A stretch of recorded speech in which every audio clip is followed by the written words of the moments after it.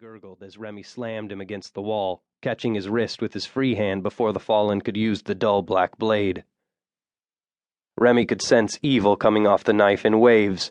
A blade like that in the right hands could do a lot of damage, but he doubted that Eddie was anything more than a common thug in the denizen hierarchy, a parasite feeding off the sadness of the world. So much for redemption, Eddie? I'll take your eyes, too, he hissed, froth spewing from his angry mouth. Is that any way for someone looking for God's forgiveness to talk? Remy asked, allowing the holy fire of the seraphim within himself a chance to flow through his body, igniting the hand that held Eddie's black blade at bay. Remy's true nature clawed at its internal confines, yearning to be released, desperate for him to shed his mask of humanity. Since he had averted the apocalypse just a few short months ago, this power he had worked so hard to suppress had become far too easy to set free.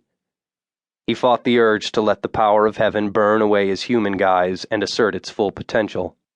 He had to wonder if there would ever come a day when he was no longer strong enough to hold it back, when he would be too weak to be human anymore. Eddie's scream and the sound of the knife blade clattering to the floor pulled Remy from his troubling thoughts. The stink of burning flesh wafted into his nostrils as he pulled back on the power, his angelic nature momentarily struggling as he exerted his full control. Remy released the denizen, and he fell to the floor, clutching at his injured hand. "What did you do to him?" he asked the former angel, glancing quickly to the cooler, struggling to control his anger. Eddie cowered on the floor, holding his blackened appendage close, flecks of burned flesh raining down to litter the floor like blighted snow.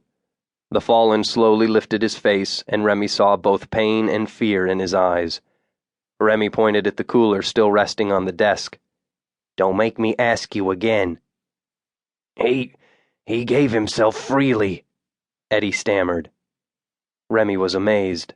Though he was faced with the threat of further pain, the lies still flowed from this denizen's mouth.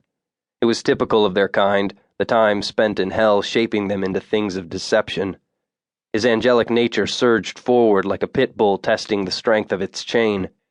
Remy reached down, grabbed Eddie by the front of his leather jacket, and yanked him to his feet. "Where is he?" Eddie's eyes shifted suddenly to the right, his fear becoming something else. Anticipation? And then Remy sensed that they were no longer alone. Still gripping the fallen angel by the front of his jacket, he spun him around as two more denizens emerged from the shadows of the warehouse, guns in hand. Eddie didn't even have time to protest before the bullets punched into his body. Tossing his denizen shield aside, Remy darted for the cover of some crates stacked in the corner of the large open space. More bullets ricocheted off the concrete floor around him, while others burrowed deep into the wood of his cover. The fury of his seraphim nature roiled to be loosed, and he tried to ignore it. It would be so simple to set it free, to burn away the skin of humanity that he had worked so hard to maintain, leaving only the soldier of heaven to deal with the foul betrayers of God's trust. So easy not to be human anymore, to no longer feel the agony of his loss. Madeline is dead. It happened at the most peculiar times, taking a shower, grocery shopping, walking the dog, trying not to be shot. It was always there, eager to remind him just how much it hurt to lose the love of his life, making him relive the most painful experience of his existence. 3 more shots brought him back to reality, allowing him to forget the gnawing pain in his heart for now.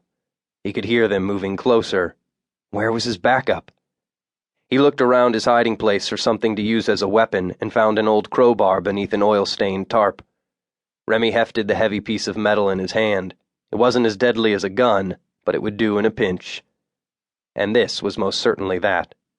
Holding the crowbar ready, he listened for the sounds of his attackers, but they had gone strangely silent. Carefully, Remy peered out from behind the crates to see a lone figure standing in the center of the open room, 2 unmoving bodies at his feet. "Where the hell have you been?" Remy asked Francis as he stepped out from his hiding place. "Sorry," his friend replied, cleaning the blood from a fierce-looking blade with a white handkerchief. "I ran into a few of their buddies outside having a smoke. Always said that smoking was dangerous." The bodies of the 2 fallen angels had already started to burn, their corporeal forms dissolving away to nothing as they ceased to exist. Their time on earth had been their last chance at